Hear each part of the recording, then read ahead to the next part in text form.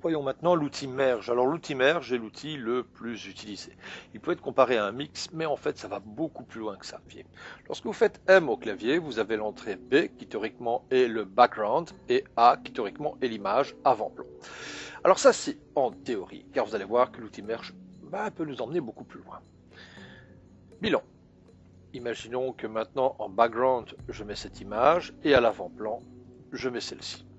Le mode de fusion proposé par défaut est Over. Il utilise les informations RGB alpha pour l'entrée A et pour l'entrée B, RGB alpha aussi.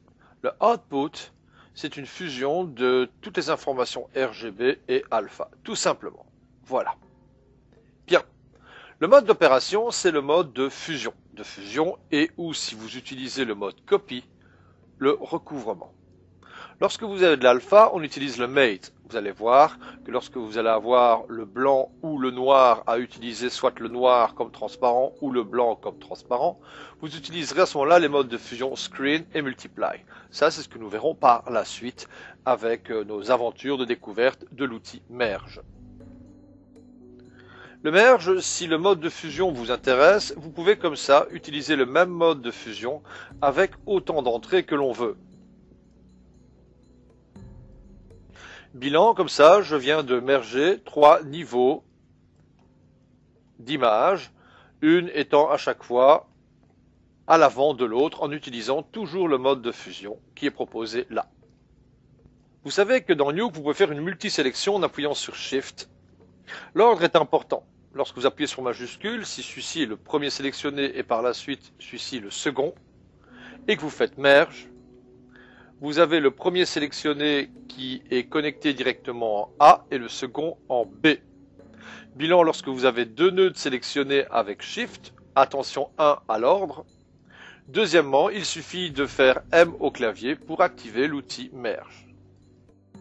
Pour ce premier exemple, nous allons maintenant faire une petite animation. Je vais me mettre sur le premier frame, appuyer sur T pour activer la transformation, et ce sur chaque entrée en A. Je vais fermer ici les propriétés, activer le premier, comme ça je n'ai que le seul premier transformation qui est à cet endroit. Les translate, bouton droite, set key, et je vais modifier la valeur. C'est très intéressant d'observer lorsque vous avez des valeurs, de cliquer avec la souris et de jouer avec la roulette pour modifier les valeurs. En effet, si je clique avec la souris et que je modifie avec la roulette, voilà ce que j'obtiens.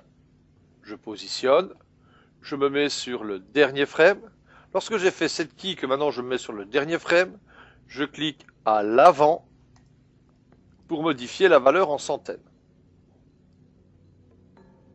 Je viens de faire comme ça une animation. Je vais réitérer la même chose avec les deux autres transforms. Double-clic, set key, double-clic, set key. Les set keys se font toujours sur le premier frame dans cet exemple. Je ferme tout, je prends l'outil transform.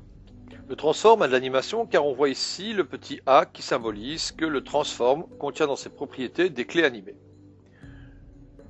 Je vais me mettre sur le dernier frame de la timeline et animer tout simplement en ajoutant des entrées.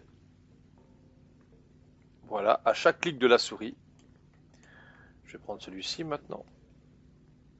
À chaque clic de la souris, je détermine une entrée qui donne des valeurs en dizaines. Et je peux animer comme ça, beaucoup plus vite. Je vérifie si l'animation est correcte. Barre d'espace lorsque ma souris est dans le viewer. K pour arrêter.